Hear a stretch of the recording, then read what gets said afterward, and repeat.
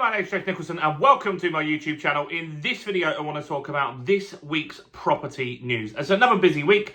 We've had a spring statement. We've got some official data on house prices.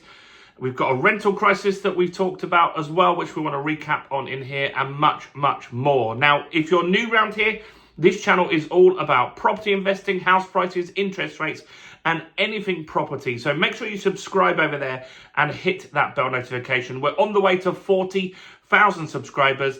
And let's get this video some more views by smashing like, tickling like, doing something to that like button. That helps with the YouTube algorithm. And then share this video, WhatsApp it, email it, Facebook message it to someone that you know needs to know what's going on in the property market right now.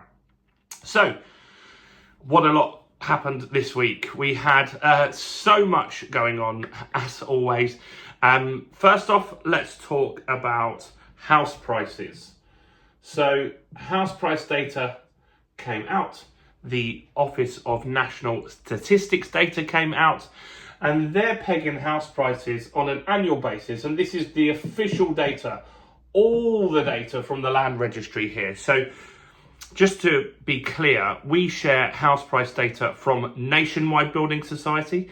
They do a monthly update. Halifax do a monthly update as well. Rightmove, we talk about asking prices, which I think are very important to know what's going on with asking prices, because that's an early indicator on where the market is heading. If the asking prices are dropping, we know eventually, once those properties sell, that we're going to start seeing house prices down. So house prices on an annual basis are up 4.8%, which is a little bit more than inflation. So not too bad there. And that is the official data from the Office of National Statistics, as I said. So what else happened this week? Well, the inflation data was interesting. And so inflation was down and it was unexpected. So it was at 3% and it dropped to 2.8%.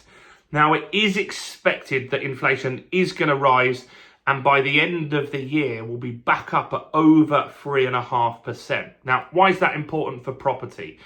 Well, what it means is that interest rate cuts are probably going to be slower than we want or than we are expecting. The Bank of England has penciled in for 2 interest rate cuts at the moment, and there's a lot of volatility at the moment. The biggest issue that we've got to contend with is what finally happens with these Trump tariffs. That's something that we have to consider and see how that impacts our economy. And is Keir Starmer going to retaliate with tariffs back onto America?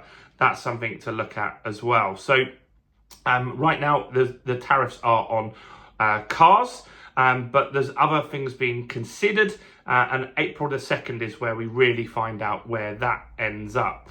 So inflation did drop, but could come back if all prices go up. And even if prices don't go up and inflation isn't a big obstacle, what we've also got to look at then is the economy going to slow down because of these tariffs? Now, if that happens, then you've got a difficult situation here. You could have a period of time where you've got higher inflation and the economy is shrinking, then you get stagflation. And the Bank of England has a tough choice then. Do they try and stimulate the economy by lowering interest rates, or do they try and beat inflation at the same time by increasing interest rates? You might recall last week we did a video, and a lot of brokers feel the Bank of England is going to increase interest rates. I don't. I do think that they will cut, but I do think we won't get as many cuts as we possibly hope. So inflation is something to keep an eye on at the moment. Rents was a very popular video that we did this week. And rents, on average, are up 8.1%. In London, they're up 9.9%. That's pretty much 10%. Now, the London stuff, they did have a month recently where for a month, just 1 month, because some of you said, didn't you make a video recently where you said rents are down? Yes, in London, for a month, they were down, but now they're surging back. A lot of that is due to the fact that people are being called back into the office now.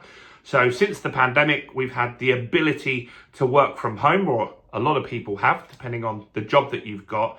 But a lot of companies are now saying they don't want that anymore. They want people back in the office. So people that work in London are now having to go back in the office and possibly moving back into the London area. And I think that's going to impact the rents there as well. You've also got the rental market is shrinking. The amount of rental accommodation is shrinking because landlords are leaving due to Section 24 tax, the Renters' Rights Bill, higher interest rates, and just the uncertainty in the market is pushing some of them out. And that means that rents go up because it's supply and demand. There isn't enough stock, and that is going to continue to push rents up. What needs to happen is we need to build more properties. Now, the government did say in the spring statement, we're going to build 1.5 million properties. Problem is, the population in that time is going to grow by 2.1 million, and no real increase in properties in 2025 or 2026. It's really not great. And so that is going to be more pressure on the rental market. And I wouldn't be surprised if you rent in a property that you see your rent go up over the next few years. So what happened in the spring statement? So that was another big thing this week. And so the spring statement, the Tories called it a mini budget. They feel we're in a crisis. Maybe they're right. There was talk that potentially stamp duty could go up in that. It didn't. There were no tax increases in that at all, which was good as well. But what we did have was that that reiteration again that they are planning to build 1.5 million houses. And that isn't really going to start for quite some time. It's not going to happen much in 25 and 26 as well. So you're not going to see much improvement to housing then. And even by the time this does happen, the population will have grown. And so you won't really feel much improvement in the housing sector at all. It's not going to make a dent at all. They did give forecasts on inflation. So we're looking at inflation of around 3.5% to 3.7% for 2025. Inflation for 2026 is expected to be 2.1%. 2027 is expected to be 2%. That is good. That gives the Bank of England what they need in order to bring interest rates down at those times. So that's something that you can look forward to if you are a homeowner and you're concerned about your mortgage in 26 and 27. It does look like inflation should be moving in the right direction, but you've got some more short-term pain. Mortgage rates didn't really move at all this week. There was no real lenders that got out there with the spring statement. Sometimes that happens when the spring statement happens.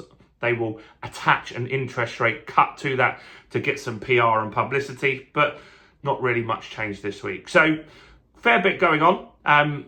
There is a lot going on. I think the biggest story is the rents are still rocketing ahead.